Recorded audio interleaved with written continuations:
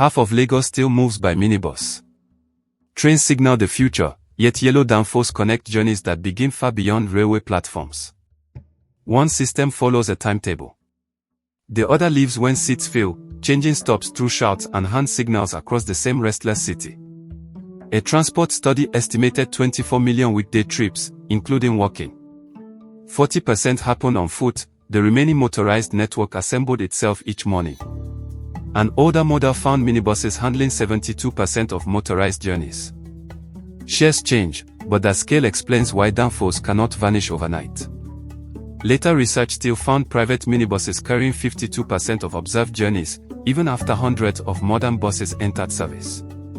That persistence is practical, not nostalgic. It connects workers, students, and traders whose real journeys begin on side streets, far from station entrances. A danfo route needs 4 things: a vehicle, driver, conductor, and passengers. No concrete station is required before the first journey begins. At motor parks, drivers queue and depart when demand makes a trip worthwhile. Uncertain for riders, this method matches vehicles with visible demand. Small buses enter narrow streets, stop near informal landmarks and turn toward busy markets, creating coverage faster than formal infrastructure can be built. This is the first mile advantage: walk to a junction, board a danfo, then reach a corridor where larger buses or trains become practical. Repeated across thousands of mornings, routes accumulate from habit, local knowledge and daily bargaining, forming a network without one central designer. But street-built networks carry hidden costs, unclear routes, changing fares and aggressive competition for passengers along the same congested road. Comfort and safety vary too. Crowding, risky driving and harassment are serious reasons commuters value regulated buses and predictable stations. Older vehicles add noise and pollution, while many small buses consume scarce road space.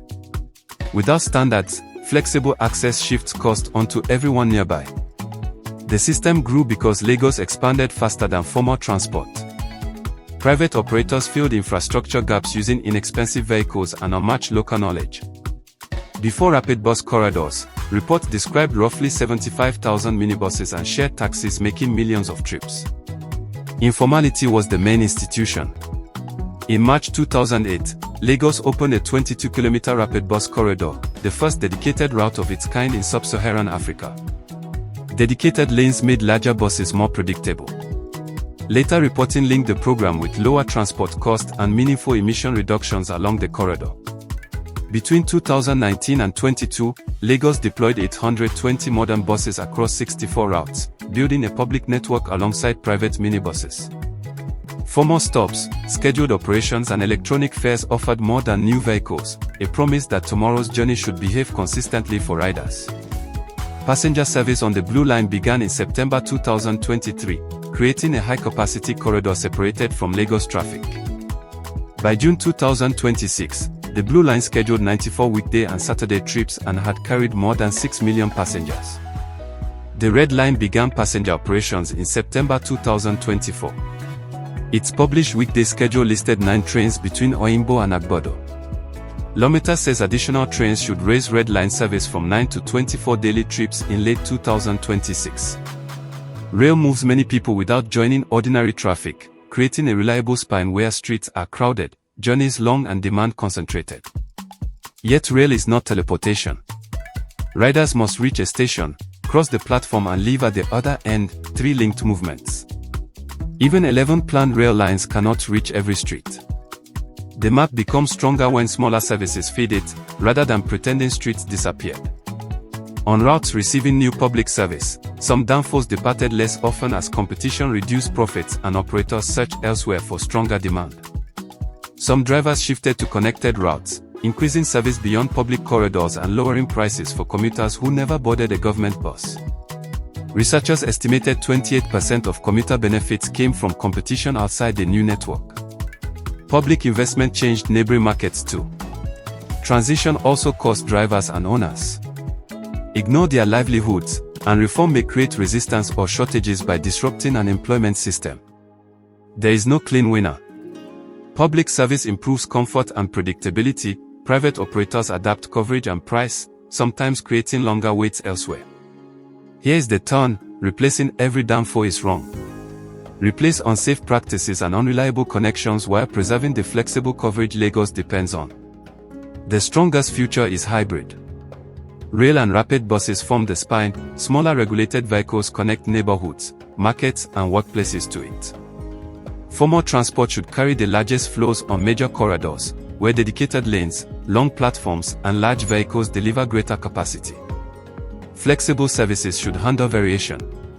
Smaller vehicles can follow demand street by street, reaching places where fixed infrastructure is too slow or expensive. Integration begins with feeder routes designed around stations. Riders should know which vehicle completes the next leg before leaving the train. Safe interchanges matter as much as new vehicles. Clear bays, lighting, walkable approaches, and coordinated departures turn negotiation into dependable connection. Better standards must include operators, inspections, maintenance, training, and fair work, improving safety without discarding drivers' knowledge of neighborhood demand. Payment and information must connect too. Common fares, visible routes, and reliable updates reduce uncertainty, while cashless rules must not exclude vulnerable riders. Lagos is negotiating with unions and operators while expanding rail, formal buses, and first-mile services. Integration advances, but institutional work remains unfinished. Success is not removing every yellow bus. It is making each journey safer, clearer, and faster from side street to station and onward. Now the route connects, danfo to interchange, interchange to rail, rail to the last street. The yellow bus becomes part of modernity. Lagos needs no perfect vehicle. It needs every journey to work together, because a transport system is the connection between its doors.